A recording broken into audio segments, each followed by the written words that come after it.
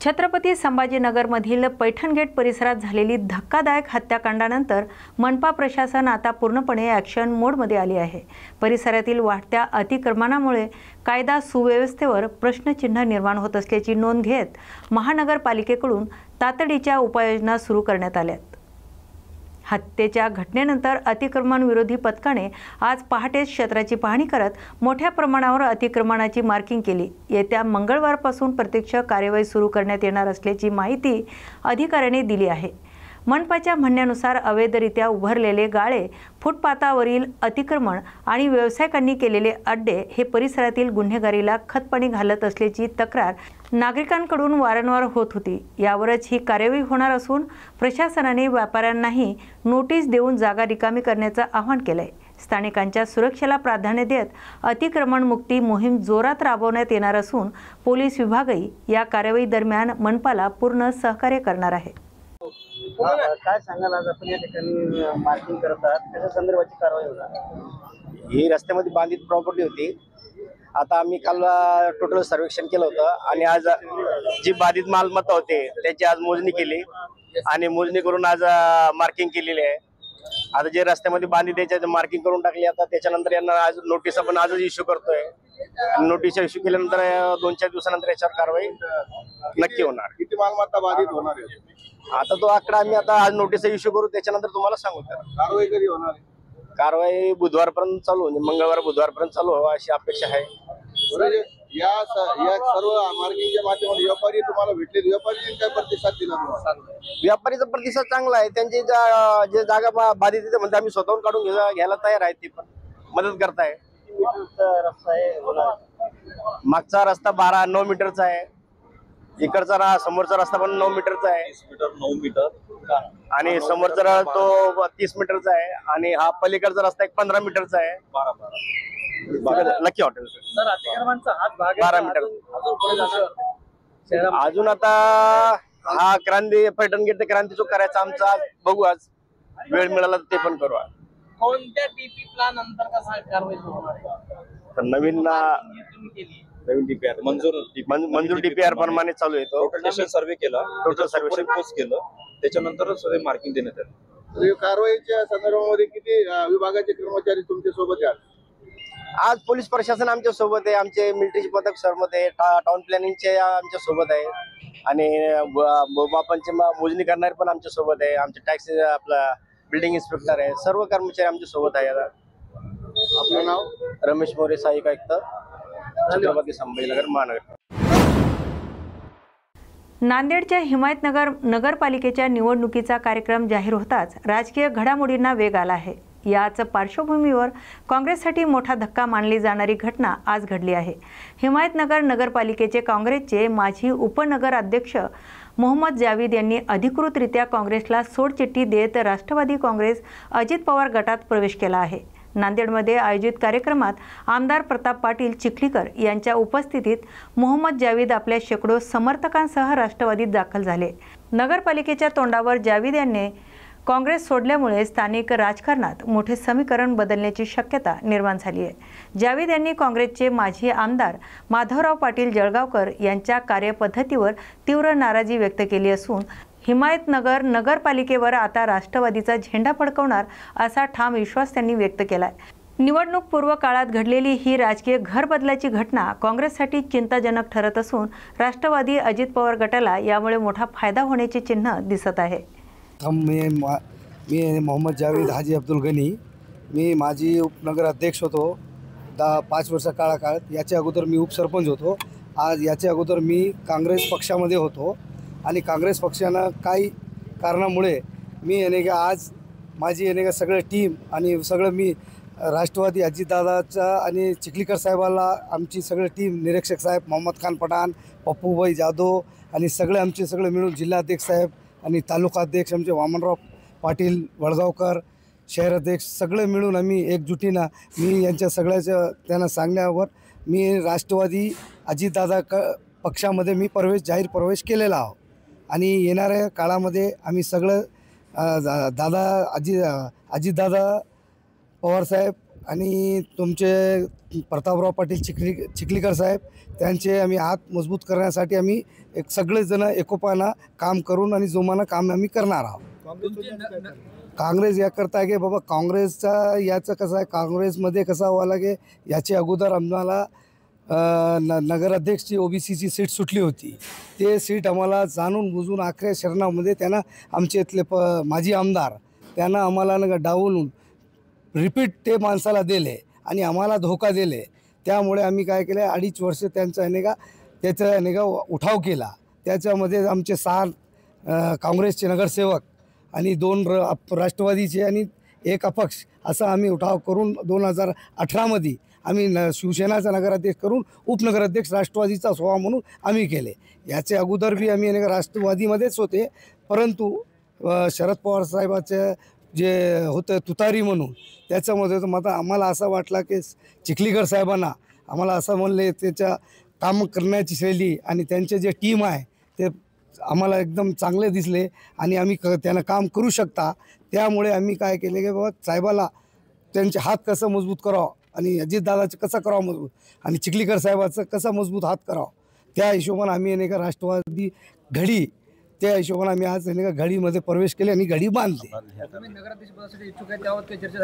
त्याच्याबद्दल आता जे बी पार्टीने आम्हाला आदेश देईल, आता तर आम्ही पार्टीमध्ये आलेले आहात. राष्ट्रवादी साहेब जे चिखलीकर साहेब आणि जिल्हाध्यक्ष साहेब जे आम्हाला आदेश देईल त्या हिशोबाने आम्ही काम करायला तयार.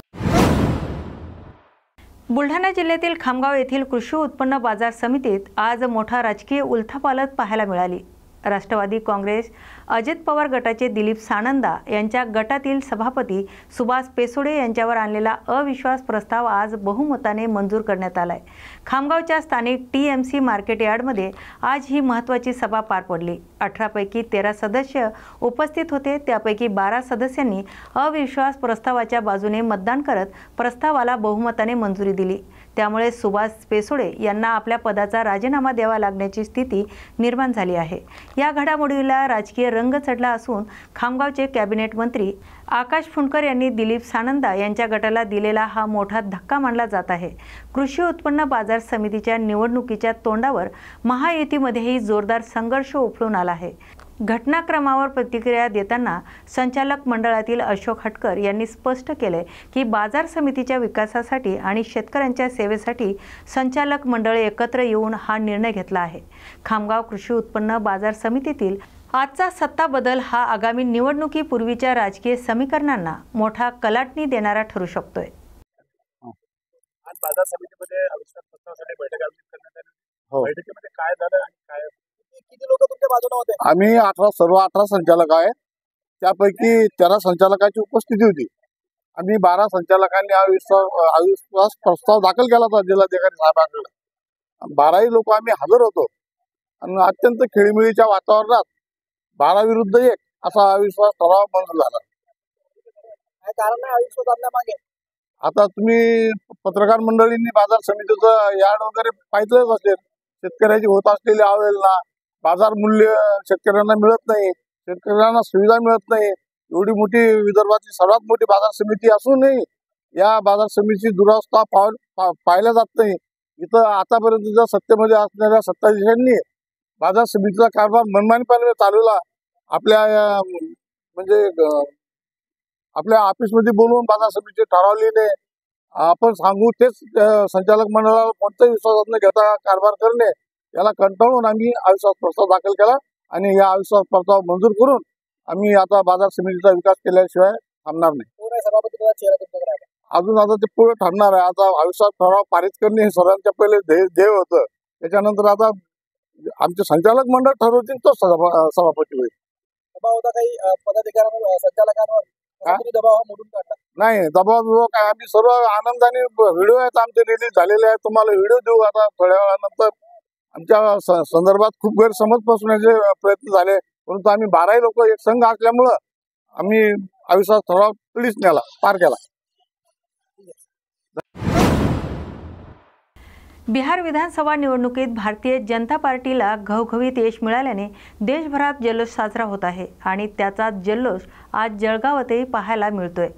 भारतीय जनता पार्टीच्या कार्यकर्त्यांनी मंत्री गिरीश महाजन यांच्या संपर्क कार्यालयाबाहेर फटाके फोडत, पेढे वाटप करत आणि ढोल ताशांच्या निनादात विजयाचा उत्सव साजरा केला आहे। यावेळी कार्यकर्त्यांनी पंतप्रधान नरेंद्र मोदी यांच्या नेतृत्वावर पुन्हा एकदा विश्वास ठेवल्याबद्दल बिहारमधील जनतेचे आभार मानलेत। एनडीएला मिळालेले हे गौरवित यश भारतीय जनता पार्टीवरील जनतेच्या विश्वासाचं प्रतीक असल्याचं मत भाजप पदाधिकाऱ्यांनी व्यक्त केलंय।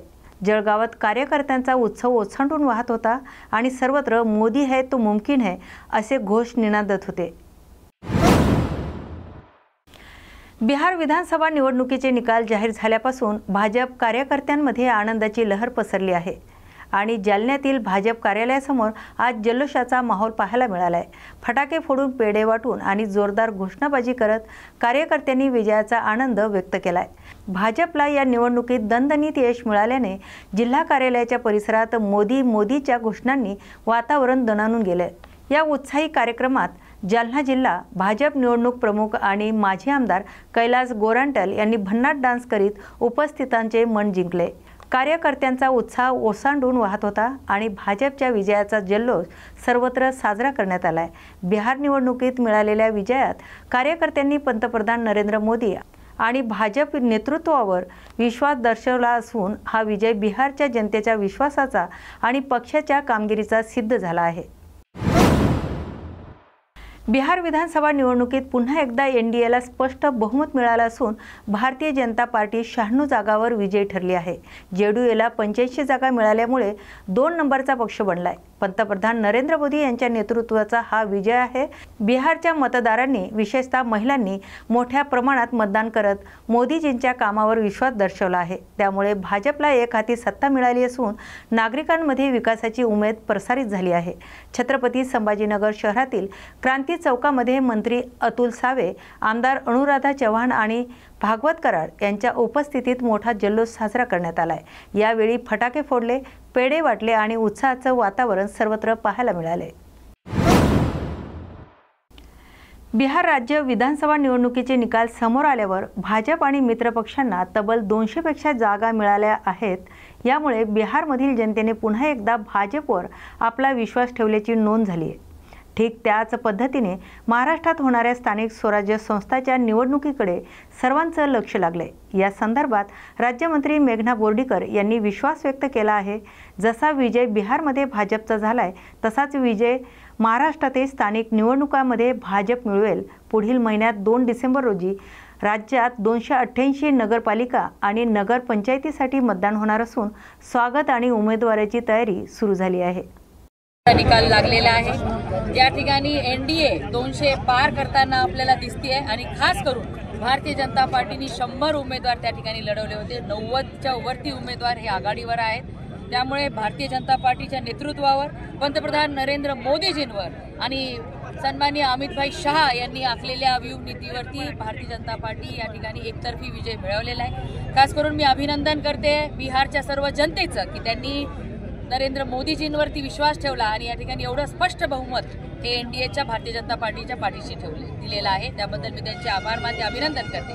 आणि आमचे नेते, महाराष्ट्राचे मुख्यमंत्री हे मागच्या बिहार विधानसभेचे सुद्धा प्रमुख होते आणि यावेळेस सुद्धा आपण बघितलं देवेंद्र फडणवीस साहेब हे बिहारच्या विधानसभेमध्ये निवडणुकाचा प्रचार करायला गेले होते आणि त्यांनी जिथे जिथे गेले तिथं स्टार प्रचारक म्हणून गेले होते। तिथं 100% निकाल हा सकारात्मक लागलेला आहे। त्यामुळे आमच्या नेतृत्वाने ज्या पद्धतीने या ठिकाणी बिहार विधानसभेतल्या लोकांचा विश्वास संपादन केलेला आहे आणि प्रत्येक मतदाराला सुद्धा जाणीव झाली आहे की आज भारतीय जनता पार्टी व केंद्रातलं नरेंद्र मोदीजींचं सरकार आणि राज्यामध्ये सुद्धा भारतीय जनता पार्टी आपल्यासाठी चांगलं काम करते, त्यांच्या पाठीशी राहिलं पाहिजे हा विचार मतदारांनी मतदानातून व्यक्त केलेला आहे। त्यामुळे आज तुम्ही बघता इथे आम्ही परभणी शहरामध्ये या ठिकाणी आम्ही सर्वजण भारतीय जनता पार्टीचे कार्यकर्ते आनंदोत्सव साजरा करतोय आणि आपल्या सगळ्यांना मी अभिनंदन करते।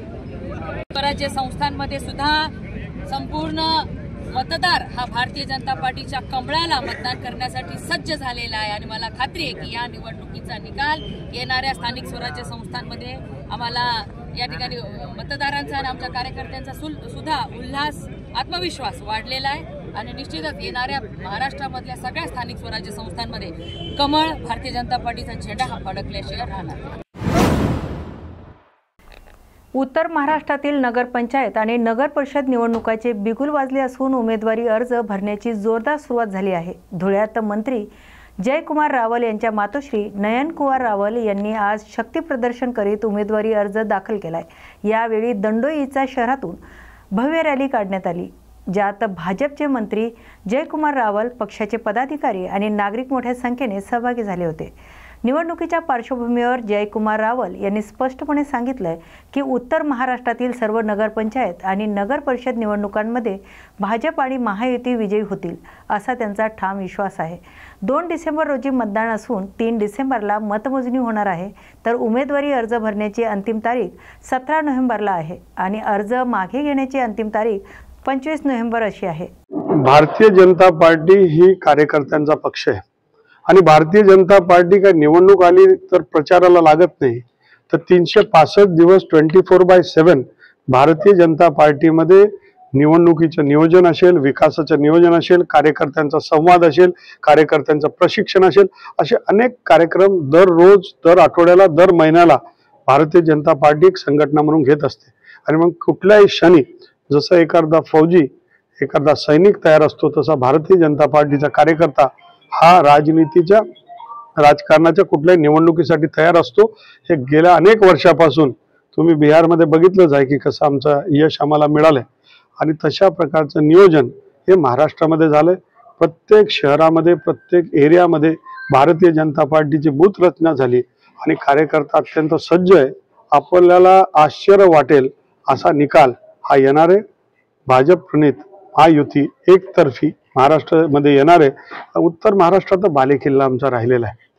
याच्यामध्ये फेक नरेटिव्ह केल्यामुळे काही लोकसभेमध्ये काही गडबड झाली, लोकांना लक्षात आलं हे फेक नरेटिव्हला आपण बळी न पडता तर लोक विकासाला पाहतात। आणि म्हणून उत्तर महाराष्ट्र काय, मी आपल्याला सांगितलं की 35 वर्षानंतर मुंबईवर सुद्धा भारतीय जनता पार्टीचं, महायुतीचं सरकार येणार आहे, हे आमचं म्हणणं आहे।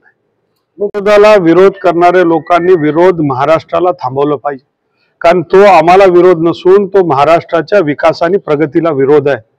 आणि म्हणून केवळ विरोधाला विरोध करण्यात अर्थ नाही। ज्यावेळेस त्यांना जर वाटत असेल काय तर बिहार तो जाकी आहे, महाराष्ट्र, मुंबई बाकी आहे। आणि म्हणून मुंबईमध्ये सुद्धा असाच निकाल येईल। आपण बघा की ज्या पद्धतीने विकास होतोय त्या विकासाला साथ देणारं, सामान्य लोकांना, सर्व घटकांना सामावून घेणारं हे सरकार आहे। दर मंगळवारी आपण जर कॅबिनेटचे निर्णय पाहिले तर रोजच 10 पावलांनी महाराष्ट्राच्या जनतेसाठी विकासाचे, प्रगतीचे निर्णय हे सरकार घेतं। आणि म्हणून विकास जो करेल महाराष्ट्राची जनता त्याच्याबरोबर राहील। महायुतीचा, देवेंद्र फडणवीस प्रणित सरकारचा विकासाचा घोडदौड चालू आहे आणि म्हणून एकतर्फे महाराष्ट्रामध्ये महायुती, भाजप प्रणित महायुतीला विजय मिळणार आहे, हा विश्वास मी निश्चितपणे सांगू इच्छितो। वाशिम जिल्ह्यातील मंगरुळपीर तालुक्यात शेलू बाजार येथील जिल्हा परिषद शाळेच्या अगदी शेजारी असलेली वर्षानुवर्ष हटवली न गेलेली मोठी कचराकुंडी आणि अस्वच्छ नाले विद्यार्थी आणि रहिवाशांच्या आरोग्याशी खेळ चालू असल्याचा आरोप स्थानिकांकडून केला जातोय। या परिसरात टाकला जाणारा कचरा, घाण नाले आणि दुर्गंधीमुळे शाळेतील विद्यार्थ्यांचे आरोग्य धोक्यात आले आहेत। रहिवाशी आणि पालकांच्या म्हणण्यानुसार या कचऱ्यामुळे साप, उंदीर, घुशी, मच्छर यांची वाढ मोठ्या प्रमाणात होत आहे। दिवसभर असलेली दुर्गंधी आणि डासामुळे विद्यार्थी सतत आजारी पडत आहेत, तर स्थानिकांनी आरोप केला आहे। शेलू बाजार ग्रामपंचायत स्वच्छतेच्या नावावर केवळ कागदोपत्री काम करते, प्रत्यक्षात कचराकुंडी हटवण्यासाठी कोणतीही कार्यवाही केली जात नाही, तर परिसरातील रहिवासी आणि शाळेतील विद्यार्थी कायमस्वरूपी कचराकुंडी हटवण्याची मागणी जोरदारपणे करत आहेत।